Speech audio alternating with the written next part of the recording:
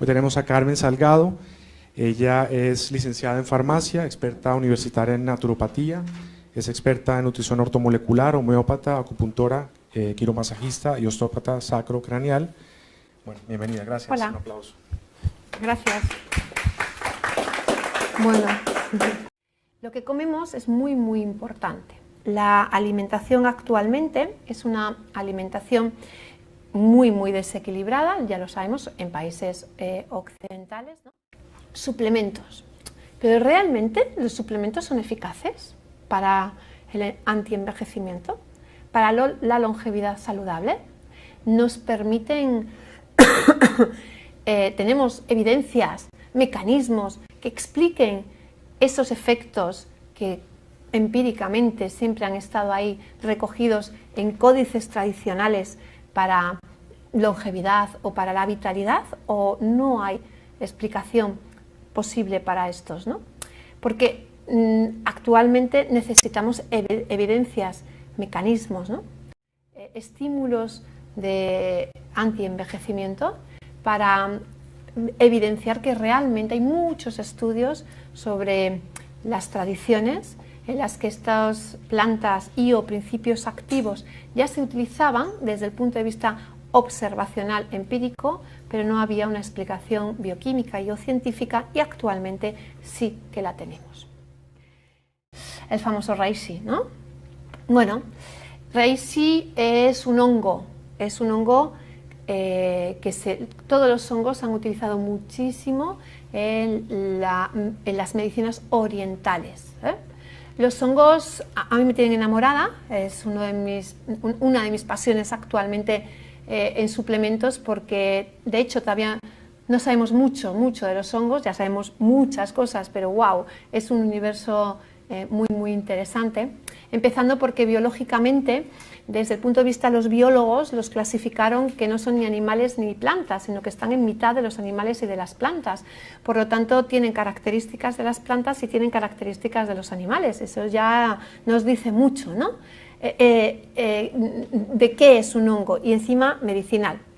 Bueno, si me permitís, voy a hablar un poquito antes de los hongos en general, para que entendamos qué es un hongo y por qué casi todos tienen funciones muy importantes en el envejecimiento, o sea, para frenar los procesos de envejecimiento, y luego nos centramos en el gran famoso hongo para la longevidad, que es el reishi, aunque hay otros que también se pueden utilizar en el envejecimiento, ¿no? O sea, para evitar los fenómenos de envejecimiento. Bueno, un hongo medicinal es lo que os comentaba, es un hongo que está entre los animales y entre los vegetales, tiene características botánicas de plantas y tiene características de células animales, por lo tanto, pues está compartiendo. Los hongos, todos los hongos, por ser hongos, tienen unos principios activos que lo que hacen es que tienen un efecto inmunomodulador, ¿vale? Modulador, es decir, si tenemos el sistema inmunológico bajo, no lo normaliza, y si tenemos el sistema inmunológico alto, nos lo normaliza, ¿ok? Por lo tanto, este principio activo se llaman betaglucanos, y ya por ser de la familia de los fungi a nivel botánico, pues tú ya eres un hongo y ya tienes betaglucanos, por lo tanto eres un inmunomodulador, ¿ok? Pero claro, además de eso, cada hongo pues tiene sus principios activos. Los hongos son muy ricos en alcaloides, cada uno los suyos, ¿eh? Y son los que tienen muchas de las características de esos principios activos, y además son muy ricos en determinados minerales. Y esto también hace pues, que tengan diferentes trofismos, diferentes direcciones de tratamiento, ¿vale? Hasta aquí claro, ¿no? Por tanto, en los hongos siempre tenemos dos patas, ¿eh? De función. Esta función inmunológica y esta función específica de cada uno de los hongos por sus principios activos, los que sean, ¿vale? Bueno, si hablamos de reishi, por supuesto, es un hongo que tiene sus betaglucanos, es un hongo que regula el sistema inmunológico, hasta aquí como todos los hongos, lo utilizamos en patologías autoinmunes y en otro tipo de patologías en las que haya una implicación inmunológica. Pero ¿qué características además tiene reishi? Bueno, pues reishi es un hongo medicinal que dentro de sus principios activos se destacan muchos, pero dentro de sus principios activos destacamos antioxidantes, ¿ok? Principalmente dos, selenio y germanio. De hecho, es la mayor fuente de germanio natural que existe, ¿ok? Que es muy interesante para determinadas patologías. Y además de este efecto sobre el selenio y el germanio, además de este, tienen reguladores de la inflamación. Es un regulador de la respuesta linfocitos T helper 1, linfocitos T helper 2. Por tanto, lo utilizamos muchísimo en todos los procesos inflamatorios. Es el gran hongo de las itis, de las inflamaciones. Y encima tiene otra característica muy importante. Es el gran regulador hormonal de los hongos. Regula todo el sistema hormonal. Por lo tanto, utilizamos en alteraciones tiroideas, inhibe la 5-alfa-reductasa, por lo tanto en hiperplasias de próstata es el hongo de elección, de selección, ¿no? Claro, esto le da unas características muy interesantes a la hora de trabajarlo en terapia antiedad, puesto que siempre se ha dicho que el hongo Reishi es el hongo de la longevidad. Claro, bueno, pues esto estaba así y se dice y ya está, pero realmente actualmente existen mecanismos en los que sepamos que este es el hongo de la longevidad. ¿Y por qué? Bueno, se hacen diferentes estudios en los que se ve cuál es el estrés oxidativo, cómo afectan las especies radiactivas de oxígeno, es decir, esas ROS, esas especies de oxígenos que están alterando a nuestro sistema funcional. Y fijaos, especies reactivas de oxígeno, por supuesto, tenemos las radiaciones ionizantes. No nos olvidemos de las radiaciones ionizantes, ¿sí? Que pueden generar especies radiactivas de oxígeno. Tenemos todos los derivados del nitrógeno, nitritos, nitratos, dentro de los fertilizantes y dentro de todos los compuestos fitoquímicos, es decir, la alimentación principalmente está muy cargada de nitratos y nitritos, con un efecto entre otros, que tienen otros, pero con un efecto prooxidativo.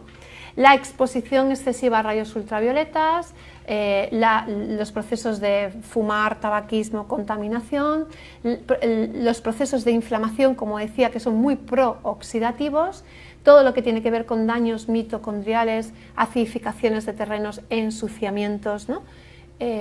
Aquí se explica muy bien cómo cuando la mitocondria se siente atacada, cierra su membrana mitocondrial y cambia el metabolismo de la célula a un metabolismo anaeróbico con generación de ácido láctico. O sea, todos estos ataques de estas especies radiactivas de oxígeno y, por supuesto, el estrés, que es un gran generador de especies radiactivas de oxígeno y que haría lo mismo.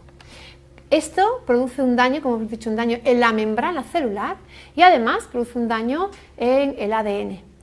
El ADN, al dañarse, pues finalmente lo que está provocando es que tengamos mutaciones celulares y, bueno, alteraciones en las células. Estudios del Reishi que realmente evidencien que tienen una capacidad antioxidante, muchos, yo he recogido dos.